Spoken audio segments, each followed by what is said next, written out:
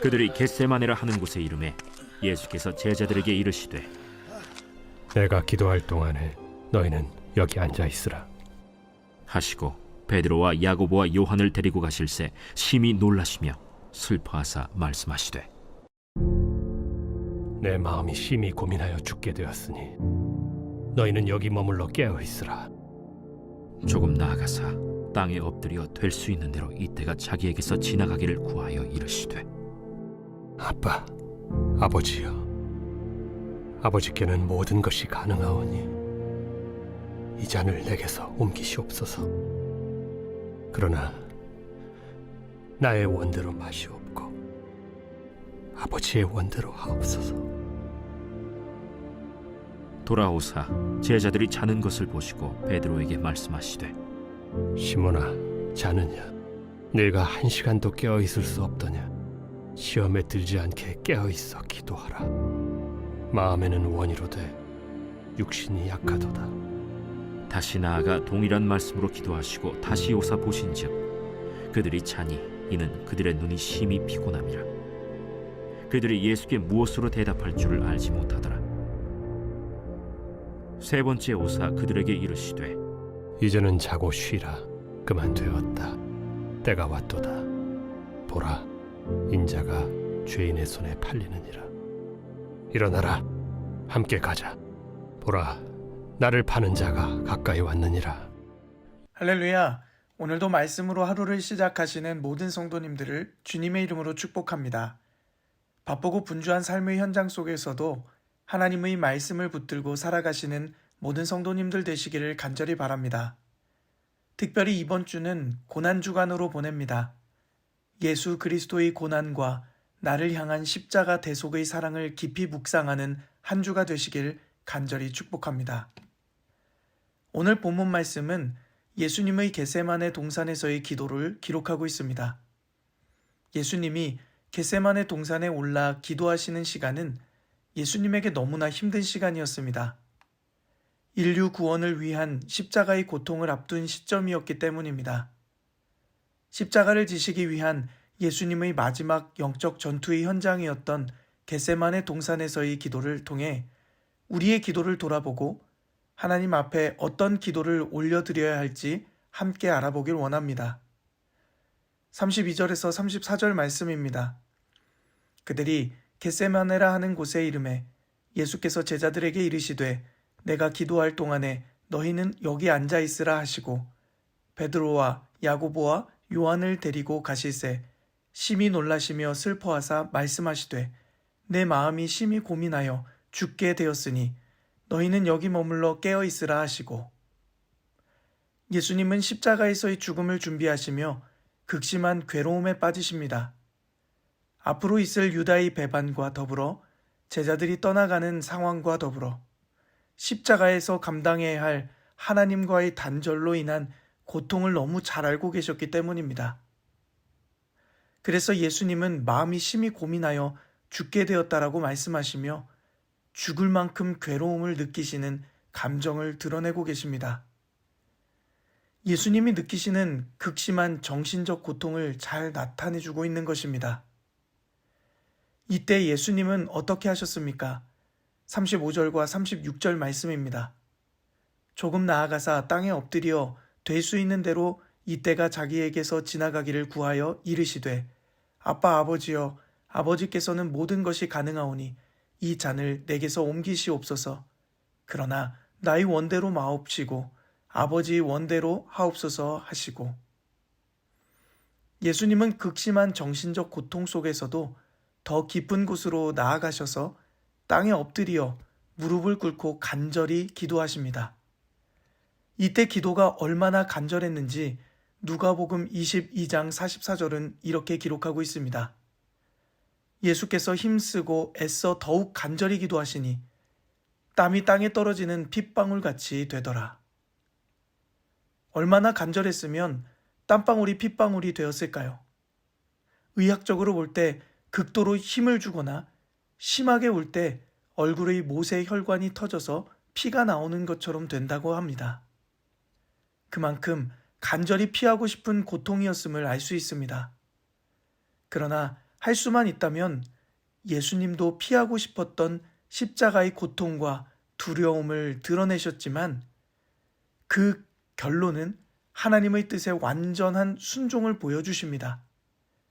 인간으로서 느끼는 고통을 알지만 그럼에도 끝까지 나의 원대로 마옵시고 아버지의 원대로 되기를 구하며 오직 하나님의 뜻이 이루어지기를 원하셨던 예수님의 마음을 또한 분명하게 말씀하십니다. 사랑하는 성도 여러분, 우리의 기도는 어떠한가요? 하나님의 뜻을 구하고 순종하는 기도를 올려드리기보다는 우리의 필요와 욕구를 구하는 기도를 올려드리고 있지는 않나요? 이 시간 십자가의 죽음을 앞두고 겟세마네 동산에서 기도하시던 예수님이 마음이 어땠을지 생각하며 내 뜻을 내려놓고 하나님의 뜻 앞에 온전히 순종해야 할 것이 무엇인지 돌아보는 시간이 되시길 간절히 소망합니다. 때로는 시련과 고난 가운데 있을 때에도 하나님의 선하신 뜻을 믿고 신뢰하며 하나님의 뜻에 온전히 순종하는 기도를 올려드릴 때 더 깊고 친밀한 하나님과의 관계 속에서 그 뜻을 이루는 복된 삶을 누리게 될 줄 믿습니다. 예수님의 겟세마네 기도를 통해 또 한 가지 기억해야 할 것이 있습니다. 시험에 들지 않도록 깨어 기도해야 한다는 것입니다. 37절에서 40절 말씀입니다. 돌아오사 제자들이 자는 것을 보시고 베드로에게 말씀하시되 시몬아 자느냐 내가 1시간도 깨어 있을 수 없더냐 시험에 들지 않게 깨어 있어 기도하라 마음에는 원이로되 육신이 약하도다 하시고 다시 나아가 동일한 말씀으로 기도하시고 다시 오사 보신즉 그들이 자니 이는 그들의 눈이 심히 피곤함이라 그들이 예수께 무엇으로 대답할 줄을 알지 못하더라. 예수님이 기도하시는 동안 제자들은 피곤에 빠져 잠이 듭니다. 그리고 예수님은 베드로를 향해 1시간도 깨어 있을 수 없느냐 나무라십니다. 예수님이 제자들에게 깨어 기도하라고 말씀하신 이유는 무엇이었습니까? 시험에 들지 않기 위해서라고 말씀하십니다. 다가올 시험을 넉넉히 이길 수 있는 힘은 육신의 약함에 머물러 있지 않고 깨어 기도하는 데 있습니다. 사랑하는 성도 여러분, 깨어 기도하고 계십니까? 우리 자신의 연약함과 피곤함이 먼저여서 기도를 못하고 있지는 않은지 돌아보길 원합니다.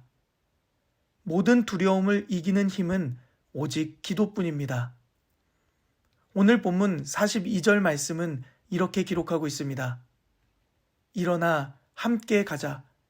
보라, 나를 파는 자가 가까이 왔느니라. 예수님은 자고 있던 제자들에게 일어나 함께 가자고 말씀합니다. 다가올 예수님의 고난 앞에 제자들은 예수님과 함께 나섰지만 결국 단 한 명도 끝까지 예수님을 따른 제자는 없었습니다. 십자가의 고난을 당하시는 예수님을 바라보며 두려움이 생겼기 때문입니다. 제자들이 예수님의 길을 끝까지 따르지 못했던 이유는 두려움 때문이었습니다. 사랑하는 성도 여러분, 예수님이 제자로 살아가는 길은 평탄한 길만 존재하지 않습니다. 예수님 스스로 골고다의 길을 선택하셨기 때문입니다. 우리가 가야 할 길이 때로는 좁은 길, 험한 길이지만 그 십자가의 길을 걸어갈 때 우리를 통해 하나님의 뜻이 이루어지는 줄 믿습니다. 그러나 우리는 너무 연약하여 환난과 고난이 찾아오면 피하고 싶어 합니다. 그렇기 때문에 우리는 깨어 기도해야 합니다. 너무 바쁘고 피곤해서 기도를 멈추고 계신 분들이 있습니까? 나름의 여러 가지 핑계로 기도를 뒷전에 미뤄두고 계신 분들이 계십니까? 오늘 말씀을 통해 육신의 약함을 뛰어넘어 영적으로 깨어 기도하실 수 있길 소망합니다. 그래서 모든 상황을 넉넉히 이겨내어 끝까지 예수님과 동행하는 예수님의 참된 제자로 살아가시는 모든 성도님들 되시기를 주님의 이름으로 간절히 축복합니다. 함께 기도하겠습니다. 사랑의 하나님, 기도가 우리의 필요와 욕구를 채우는 도구가 아님을 잊지 않게 하옵소서. 내 뜻과 생각을 내려놓고 하나님의 뜻을 구하며 온전한 순종의 자세로 기도하게 하옵소서. 어떤 상황에도 예수님과 끝까지 동행하는 제자로 살아나도록 날마다 영적으로 깨어 기도하게 하옵소서. 예수님의 이름으로 기도드립니다. 아멘. 이 시간 오늘 우리에게 주신 말씀을 붙들고 특별히 오늘은 주님의 교회 모든 예배를 위하여 기도해 주시고 오늘부터 진행되어지는 고난주간 특별 기도회를 위해 함께 기도해 주시길 간절히 원합니다.